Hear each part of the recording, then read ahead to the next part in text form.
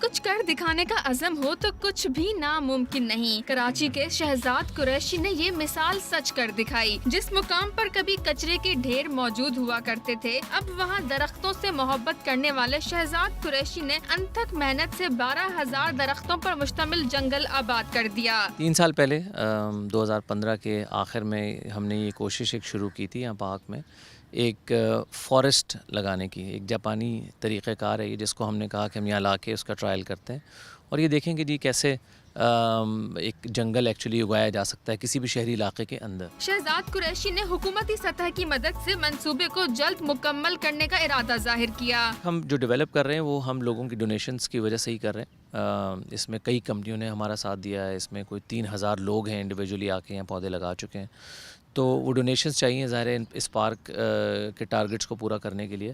ہے ذرا سا ایمبیشس ٹارگٹ ہے۔ مصنوعی جنگل میں گھنے شجر ہی نہیں، پھلدار پودے اور پھول بھی ہیں جن کی خوشبو سے جنگل معطر رہتا ہے۔ پرندوں کی مدھر آوازیں یہاں آنے والوں کو اپنی موجودگی کا احساس دلاتی ہیں۔ شجر کے سائے میں بیٹھ کر ٹھنڈک کا احساس لینے والے اگر اس کاوش میں اپنا حصہ ملائیں تو روشنیوں بھرا یہ شہر سرسبز بھی ہو سکتا ہے۔